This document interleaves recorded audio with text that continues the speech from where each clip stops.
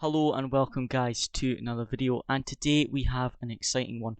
We're opening up our brand new wheelbase and wheel. So as you see here, we have the GS steering wheel from Moza Racing, and we also have the R9 wheelbase.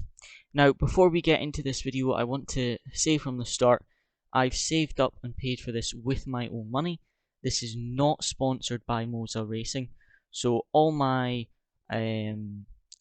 views on this wheel and opinions are my own. They're not sponsored. I've not been paid to make a good review or anything. This is my own thoughts on the wheel and base. So this is going to be a 3-part series. So this video here is going to be part 1. We're going to unbox it and install it on the rig. Part 2 is going to be our first impressions of the wheel. And then part 3, maybe after a week or two of me being able to use it, we'll have a look at a review and see how I got on with the base.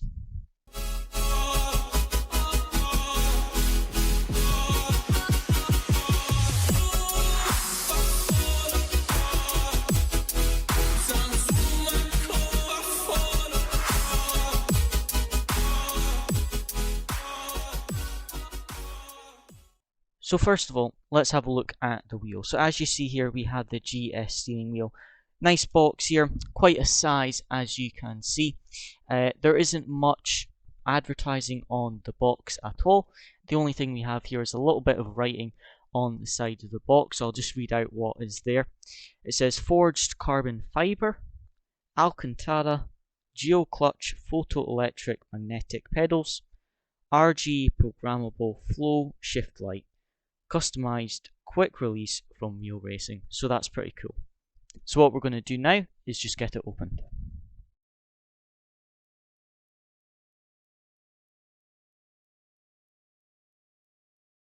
So let's get this open here, guys. The big reveal. I have not seen this yet. Oh, that was a bit of an anticlimax. I was expecting to see the wheel there for the first time. So let's have a look at what is here first before we see the wheel.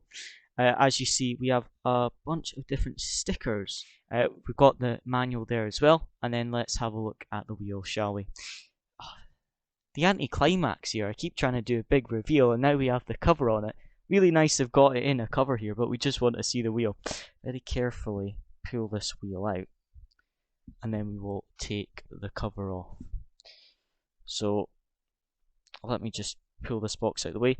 The other thing with the box is it's quite a thick padding, so your wheel's going to be really well protected. Just at the very bottom, that seems a bad place to put a piece of metal, right where the quick release bracket is, but there is a small spanner in there and a little piece of double-sided tape, I believe, there as well. So, doesn't this look nice, guys? Oh, that looks absolutely amazing.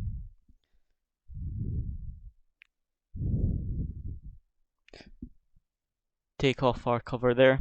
It's really nice they've given us this little bag. It's handy even just to put on the wheel when you're not using it. If you just want to protect it from things like dust and getting damage, it's quite nice to have that little bag there. Now, immediately this wheel feels really nice to hold. The Alcantara feels super nice, and immediately this quality, you can just feel how good quality this is. So starting on the back, as you can see here, we have 2 shifters, and man, they are loud, but they look really good quality.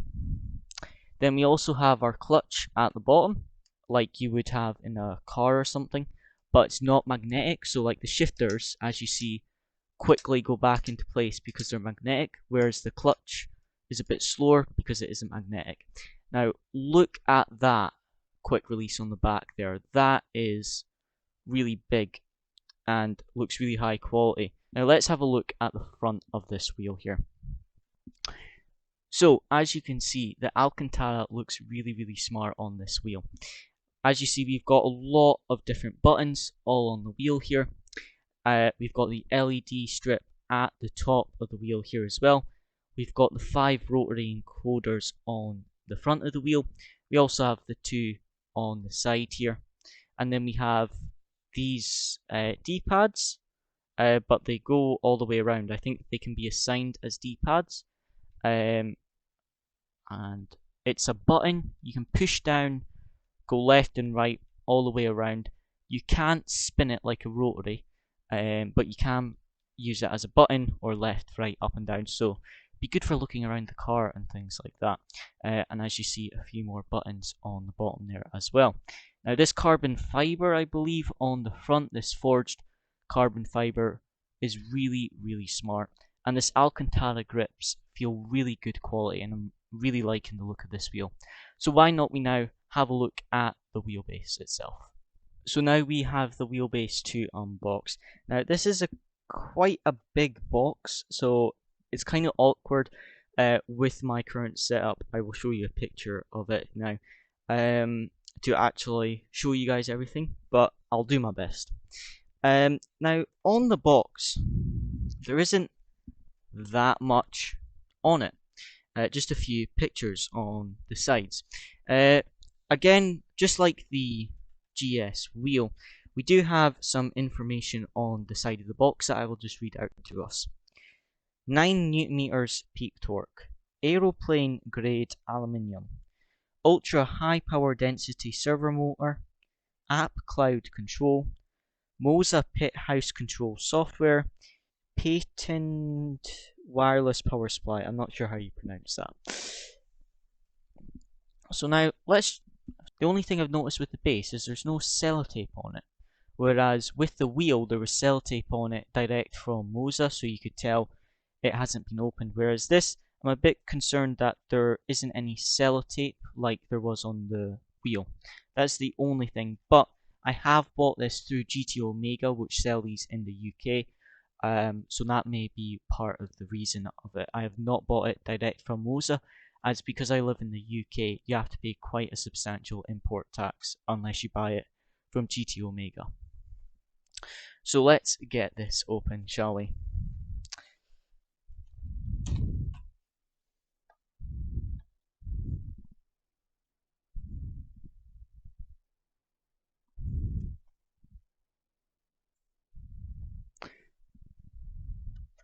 Okay guys, so as you can see here, we have a sticker pack and a manual in here as well, just like the wheel. And now opening up the first layer of polystyrene, we seem to have some, I believe that is a USB cable there and a power cord there as well. And now we take off the polystyrene and we should be able to see, oh, it's in the bag, I forgot about the bag. Now, goodness me, this is a big power brick here. This is a really big power brick, as you can see here in comparison to me. This is a really substantial power supply there. There's another little package in here. As you can see, some Allen keys and screws. Now I am hoping these screws mount it onto the rig. The only concern for me would be how thick the wheel plate is by the time you screw these through. Are they going to go far enough into the base? But these could be screws for something completely different, I'm not sure. So now let's have a look at the base, and I'm just going to try and take this out as carefully as I can. So my first reaction to the wheelbase before we've even looked at it is it is very heavy in comparison to the Thrustmaster, which is a good sign usually, because usually when they're slightly heavier it's usually better quality because it means they're not filled with plastic. Okay guys, let's get this open, shall we? Oh, that looks really nice there already.